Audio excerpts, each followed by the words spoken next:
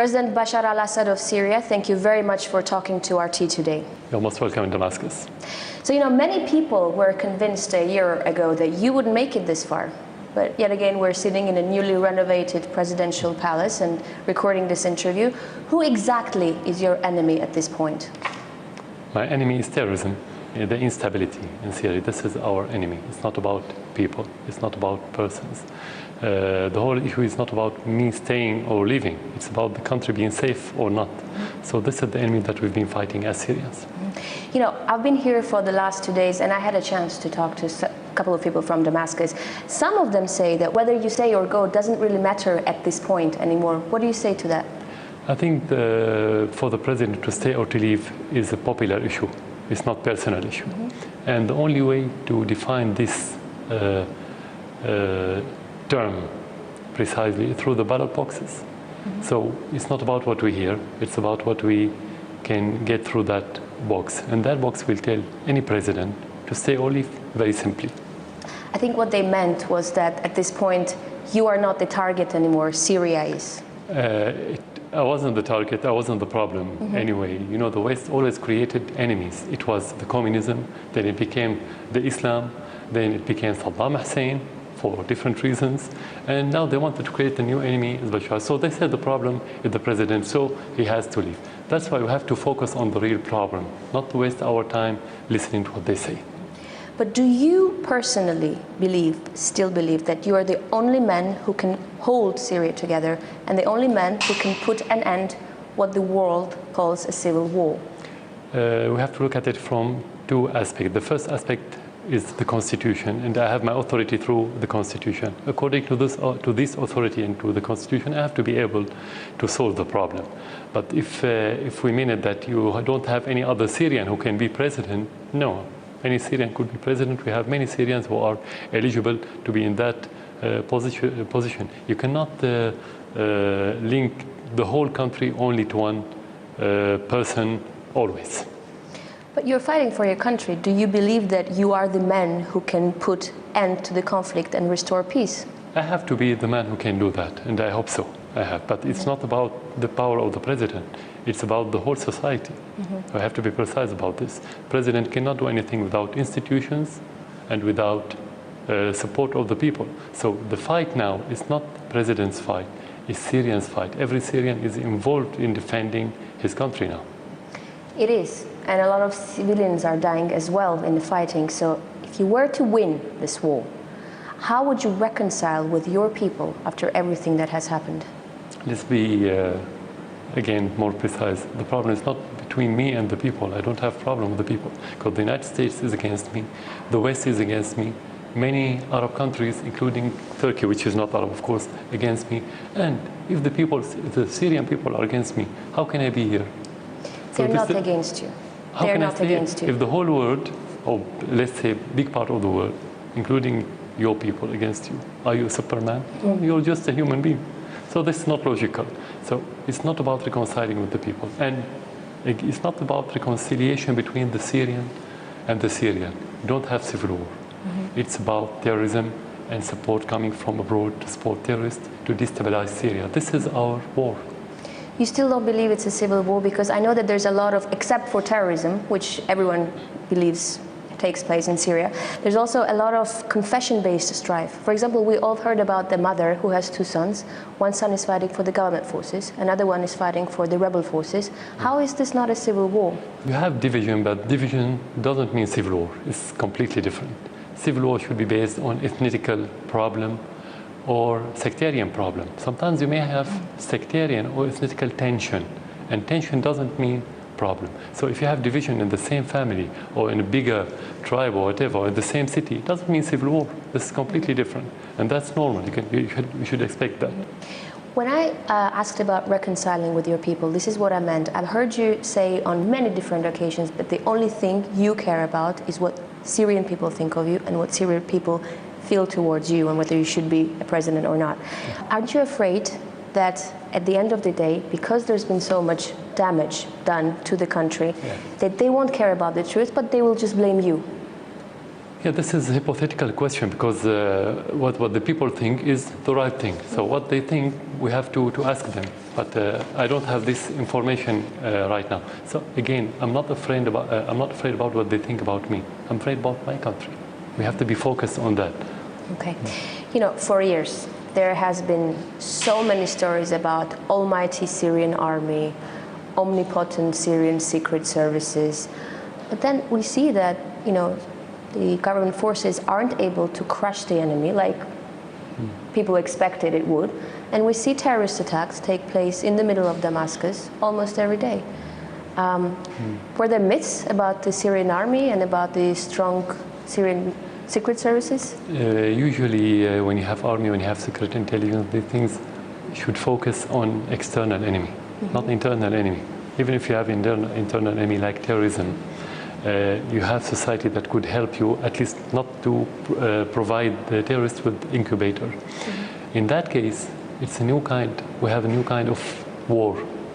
Terrorism through proxies, either Syrians living in Syria or foreigner fighters coming from abroad. So it's a new style of war. This is first. So you have to adapt with this new style. It takes time. It's not easy. Okay. And to say this is easy as a normal or let's say traditional or regular war, no. It's much more difficult. Second, the support that they've been had, that's been offered to those terrorists in every aspect, armaments, money, political, is unprecedented. So you have to expect that it's going to be tough war and difficult war. You don't expect a small country like Syria to defeat all those countries that have been fighting us through proxies just in days or weeks. Yeah, because when you look at it, I mean, on one hand, you have one leader with the army. He tells his army, go straight, go left, go right, and the army obeys. On the other hand, you have fractions of terrorists who have no one to unify them, no unified strategy to fight you.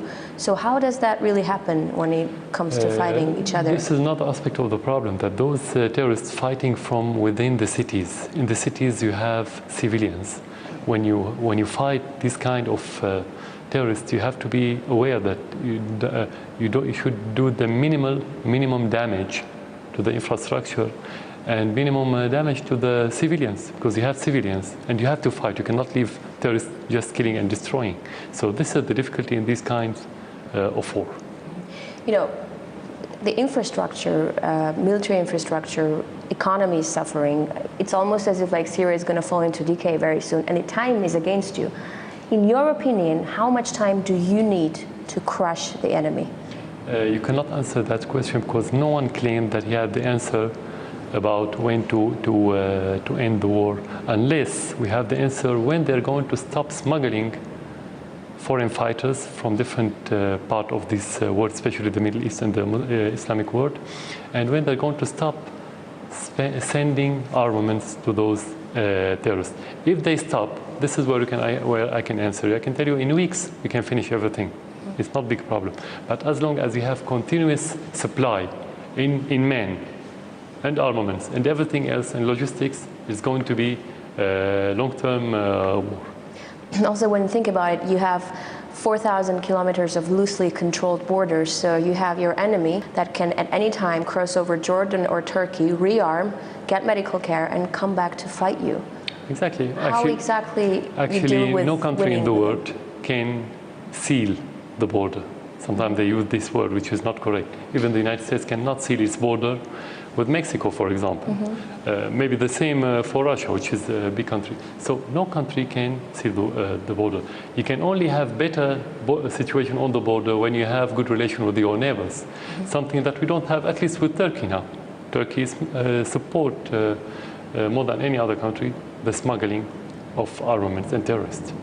Can I ask you something? I've been in Turkey recently, and people there are actually very worried that war will happen between Syria and Turkey. Do you think a war with Turkey is a realistic scenario? Rationally, no, I don't think in that regard, for two reasons. The war needs public support, and the majority of the Turkish people don't need this war. So I don't think any rational official would think about going against the will of the public in his country. The same for the Syrian people. So it's not the conflict or the difference is not between the Syrian people and the Turkish people. It's about the government and the official, between our official and their official because of their politics. So I don't see any war between Syria and Turkey in the horizon. When is the last time you spoke to Erdogan and how did the talk end? May 2011, after he won the elections. So you just congratulated him? Yeah, just and that was the last time? It was the last time. Who is shelling Turkey? The government forces or the rebels?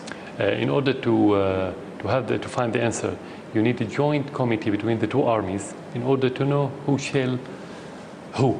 Because on the borders you have a lot of terrorists who have mortars, so they can do the same. You have to go investigate the bomb itself, the place and so on. And that didn't happen. We asked the Turks, the Turkish government, to have this committee. They refused. So you cannot have the answer. But when you have these terrorists on your border, you don't exclude them from doing so, because the Syrian army doesn't have any order to shell the Turkish land, because we don't find any interest in this, and we don't have any enmity with the Turkish people. We consider them as brothers, so why to do it? Unless that happens by mistake, you need the investigation. So far we don't have the answer. Because so you accept that it may be mistakenly from the government forces? That could happen. This possibility. In every war you have mistakes. You know, in Afghanistan they always talk about friendly fire. If you can kill your soldier. So that it means in every war that could happen. But we cannot say yes. Tell me something. Why has Turkey, that you call a friendly nation, become a foothold for the opposition? Not Turkey. Only Erdogan's government. Only, just to be precise, not the Turkish people. Turkish people need good relation with the Syrian people. This is Erdogan. I think he believes that if Muslim Brotherhood take over in the region, and especially in Syria, he can guarantee his political future. This is one reason. The other reason, personally, he thinks that he's the new Sultan of the Ottoman, and he can control the region as it was during the Ottoman Empire under a different, let's say, umbrella, which is the Islamic, but not the Ottoman Empire, not to be Khalifa. But in his heart, he thinks that he's Khalifa, maybe. These are the main two reasons for him to change or to shift his policy from zero problems to zero friends. But it's not just the West that opposes you at this point. You have so many enemies in the Arab world. Why? And that's to say, like 2 years ago, when someone heard your name in the Arab world, they would straighten their ties. And now on the first occasion, they betray you. Why do you have so many enemies in the Arab world? They're not enemies. Some of them, the majority of the Arab governments support Syria in their heart, but they don't dare to say that explicitly. Why not? Under pressure by the West, sometimes under pressure by the petrodollar in the Arab world. Who supports you from the Arab world? Many countries support Syria by their heart, but they don't dare to say that explicitly. But first of all, Iraq. Iraq plays a very active role in supporting Syria during the crisis because it's a neighboring country, and they understand and they recognize that if you have war inside Syria, you will have war in the neighboring country, including Iraq. I think other countries, they have a good position like Algeria, Oman, mainly. Those are other countries. And other countries, I wouldn't count all of them, but I would say they have positive position, but without taking actions. Saudi Arabia and Qatar, why are they so adamant about you resigning? And how would an unstable Middle East fit their agenda? Let's be frank, I cannot answer on their behalf. They have to answer that question. But what I could say, that the problem between Syria and many countries, whether in the Arab world or regional or in the West, that we keep saying no when we think that we have to say no. That's the problem. And some countries, they believe that they can control Syria through orders or through money or petrodollars, and this is impossible in Syria. This is the problem. Maybe they want to play a role. We don't have problem. They can play a role. Whether they deserve or not, they can play a role. But not to play a role at the expense of our interests. But is it about controlling Syria or about exporting their vision of Islam to Syria? You cannot put it as a government policy sometimes. Sometimes you have institutions in certain countries. Sometimes you have personnel who try to promote this, but they don't announce it as official policy. So they didn't ask us to promote their, let's say, extremist attitude of their institutions. But that happens, in reality that happens, whether through indirect support of their government or through the foundation from the institution and the personnel. So this is part of the problem. But when I want to talk as government, I have to talk about the announced policy. The announced policy is like any other policy, that it's about interests, it's about playing a role. But we cannot ignore what you mentioned. It is. Iran, which is a very close ally, also exposed to economic sanctions, also facing a threat of military invasion. If you were faced with an option, cut ties with Iran in exchange of peace in your country, would you go for it? There's no contradiction. I don't have this contradicting option. Why? Because we had good relation with Iran since '79 till today, and it's getting better every day. But at the same time, we are moving toward the peace, and we had peace process, we had peace negotiations. Iran wasn't a factor against peace.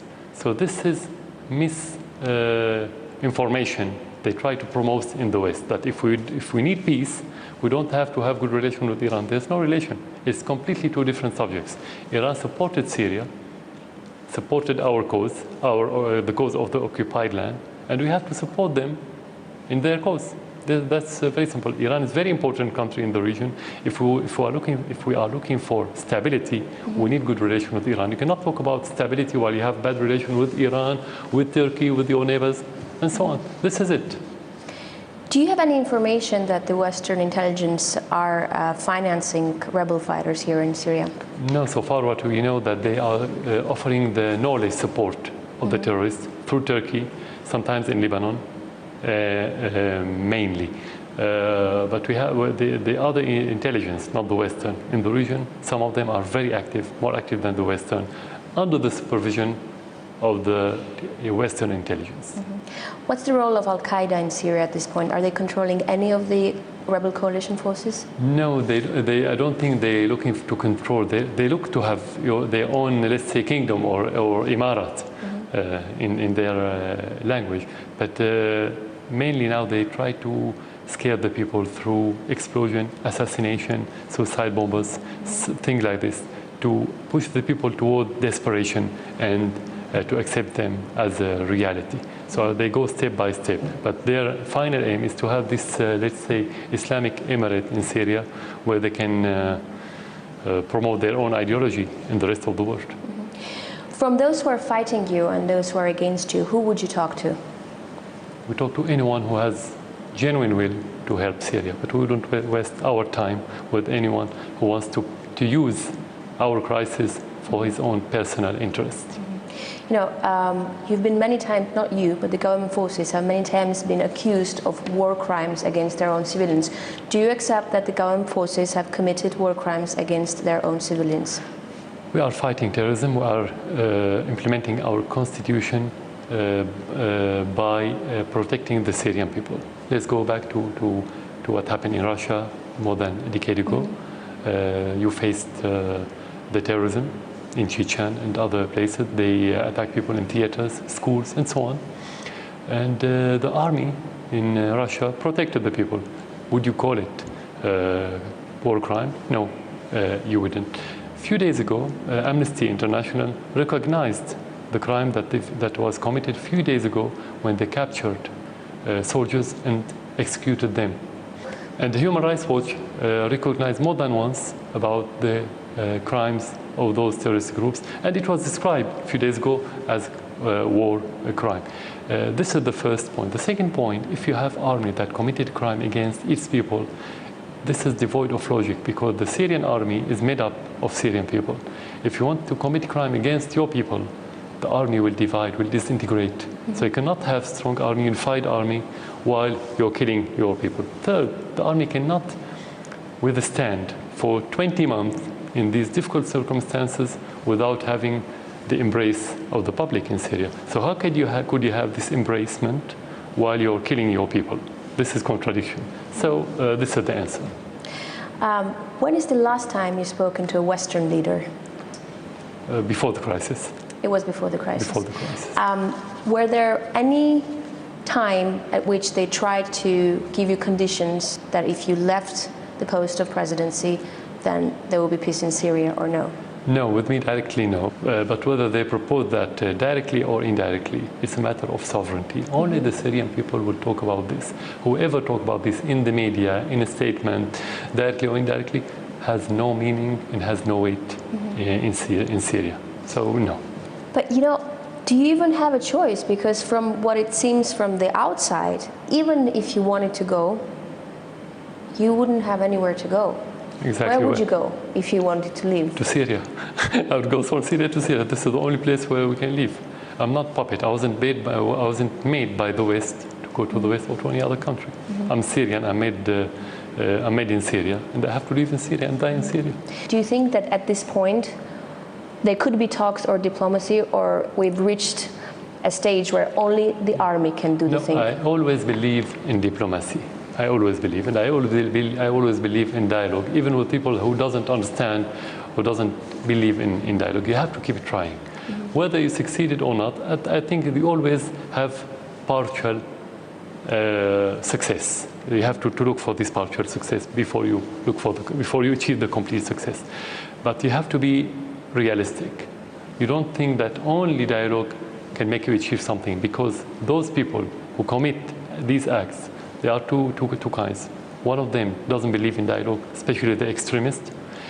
And you have the outlaws who have been convicted by the court years ago before the crisis. And their natural enemy is the government, because they're going to be detained if you had a normal situation, let's say. The other part of them is the people who is being supplied by the outside. And they can only be committed to the people or to the governments who pay them the money and supply them with armament. They don't have choice, they don't have decision, they don't own their own decision. So you have to be realistic. And you have the third part of the people, whether he's militants or politicians, who can accept the dialogue. That's why we've been in this dialogue for a month now, even with militants. And many of them give up their armaments and they went back to their normal life. Do you think a foreign invasion is imminent?